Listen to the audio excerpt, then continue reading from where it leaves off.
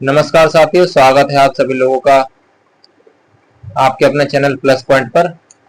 साथियों, आज हम करेंगे स्पोर्ट्स से संबंधित टॉपिक्स जो कि हमारे एग्जाम के लिए बहुत ज़्यादा इम्पोर्टेंट है और लगभग सभी एग्जाम में स्पोर्ट्स से कुछ ना कुछ क्वेश्चन जरूर आते हैं। तो हम इसे कवर करेंगे आज, ठीक है, और इसे हम ध्यान से पढ़ेंगे। आज का पहला पॉइंट है कि भारत से उत्पन्न खेल। तो भारत से उत्पन्न खेल कौन कौन से हैं? तो वो हैं आपके कबड्डी, स्नूकर, शतरंज और पोलो। कबड्डी, पोलो, शतरंज और स्नूकर, इसे आप लोग अच्छे से याद रखेंगे। नेक्स्ट पॉइंट है भारत का राष्ट्रीय खेल है। तो भारत का राष्ट्रीय खेल हॉकी है, यहाँ पर लिखने से रह गया है, तो आप लोग इसे याद रखेंगे कि भारत का जो राष्ट्रीय खेल है वो है हॉकी।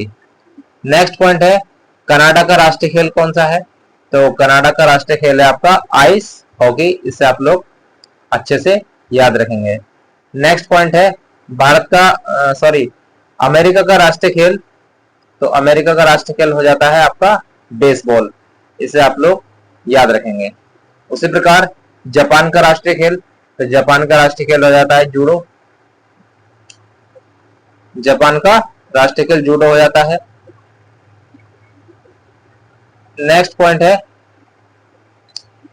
कि भारत में स्पेन, उसी प्रकार स्पेन का रह गया है। स्पेन का राष्ट्रीय खेल क्या है? बुल फाइटिंग, जो लड़ाई लड़ाई जाती है सांडों की, तो ये बुल फाइटिंग स्पेन का नेशनल गेम्स हो जाता है। फिर नेक्स्ट पॉइंट आता है कि भारत में पोलो खेल का प्रचलन किसने किया? तो भारत में आपको बता दूं, पोलो जो खेल खेला जाता है इसका जो प्रचलन किया वो तुर्कों ने किया था। किसने किया था? तुर्कों ने किया था।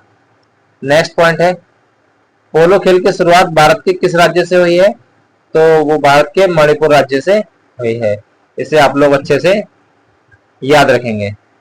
नेक्स्ट पॉइंट है क्रिकेट की शुरुआत कहां से हुई है? तो क्रिकेट की शुरुआत इंग्लैंड से हुई है, ठीक है। फिर आता है खेल व खिलाड़ियों की संख्या, कि कौन से खेल में कितने खिलाड़ी खेलते हैं, ठीक है, आप लोग इसे याद रखेंगे। पोलो में कितने खिलाड़ी होते हैं? 4, वॉलीबॉल में 6 और बास्केटबॉल में 5, आइस हॉकी में 9, कबड्डी में 7, क्रिकेट, हॉकी और फुटबॉल इनमें 11-11 और खो खो में 9 खिलाड़ी। आप लोग इसे याद कैसे रखेंगे? देखिए, पोलो POLO 4 लेटर हैं, 4 खिलाड़ी, लेकिन वाटर पोलो में 7 हो जाते हैं, 4 ये और 3 वाटर 3 वो, 4 और 3 7, तो वाटर पोलो में 7 और पोलो में 4। वॉलीबॉल, बास्केटबॉल, इसमें सबसे ज्यादा कंफ्यूजन होता है, तो आपको बता दूं, इसे आप ऐसा भी याद कर लेंगे कि 5 वाली बास्केट में 6 बॉल, ठीक है, 5 वाली बास्केट में 6 वाली बॉल रखी है। तो 5 वाली बास्केट, तो 5 रुपए की बास्केट में 6 वाली बॉल, 6 रुपए की बॉल रखी है, तो 5 वाली बास्केट 6 वाली बॉल, आप ऐसे याद कर लेंगे। नेक्स्ट है ice hockey. Ice hockey, ice hockey जो हमारे को बर्फ लगाता है, आइस माने बर्फ, तो हम कहते हैं नो नो, हमारे मत लगाओ, ठंडा लगता है, तो नो नो करके ऐसे आप याद कर लेंगे। कबड्डी, कबड्डी हम अकेले खेलते हैं, किसी के साथ खेलते हैं, तो किसी के साथ खेलते हैं, साथ साथ, ठीक है, साथ साथ खेलते हैं, तो 7 खिलाड़ी होते हैं। क्रिकेट, हॉकी, फुटबॉल, ये आप लोग जानते ही हैं कि 11 खिलाड़ी इसमें होते हैं। Kho kho no no, kho kho no no, तो इसे आप ऐसे याद कर लेंगे। हमें इसमें PhD तो करनी नहीं है, हमें याद करना है और अपने एग्जाम में क्वेश्चन सही करना है, भले ही हम उसे कैसे भी याद करें, ठीक है। फिर आता है नेक्स्ट पॉइंट, फुटबॉल मैच की अवधि कितनी होती है? तो फुटबॉल की अवधि होती है 90 मिनट और हॉकी मैच की होती है 70 मिनट। आप लोग इसे अच्छे से याद कर लेंगे, ठीक है। फिर नेक्स्ट पॉइंट आता है खेल व उनके मैदान। जो हम खेल खेलते हैं उनके मैदानों को क्या कहते हैं? तो आप इसे याद करेंगे। पहला खेल है आपका साइकिलिंग। साइकिलिंग का जो मैदान होता है उसे हम कहते हैं वेलोड्रम। फिर नेक्स्ट है मुक्केबाजी। मुक्केबाजी का जो जिसमें खेला जाता है वो होती है रिंग, ठीक है, इसे आप लोग याद रखेंगे।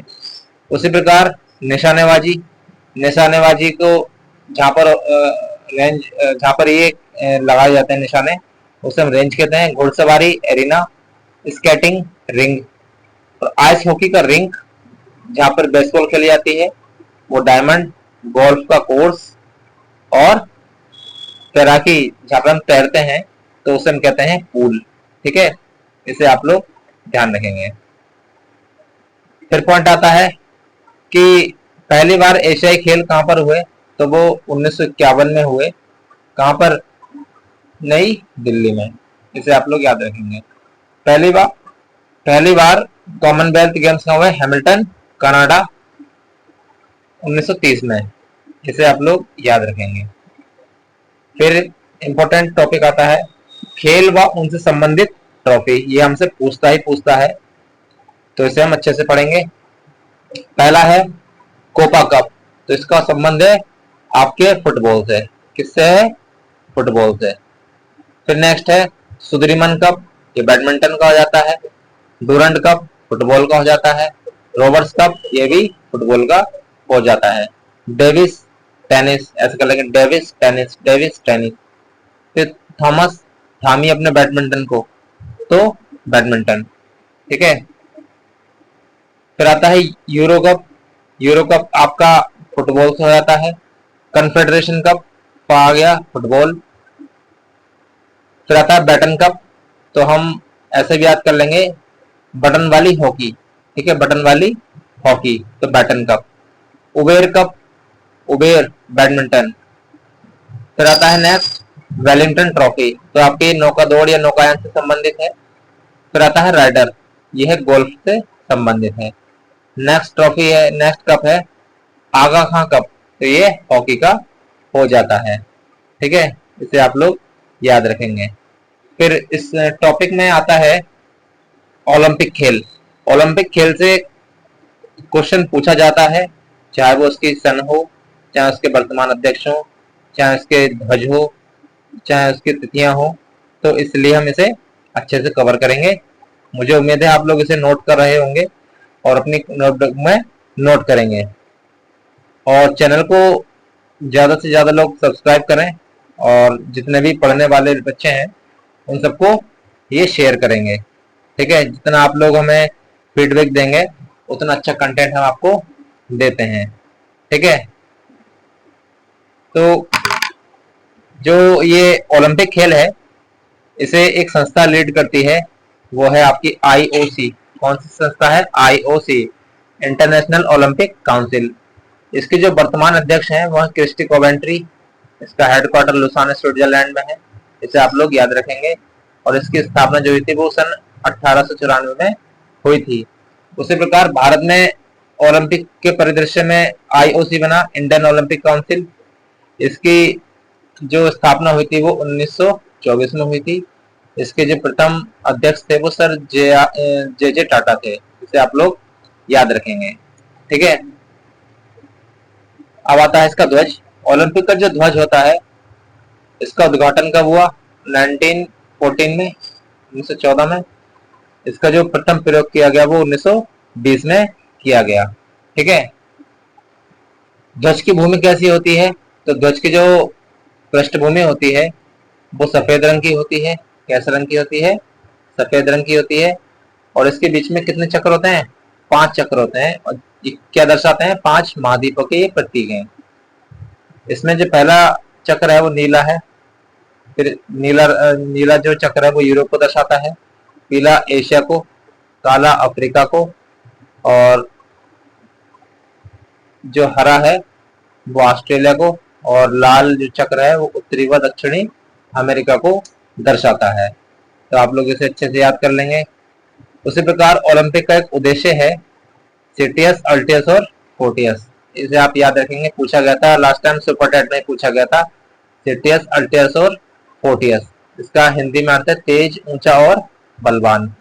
इसे आप लोग ध्यान रखेंगे। फिर नेक्स्ट पॉइंट आता है ओलंपिक मशाल जलाने की जो प्रथा है।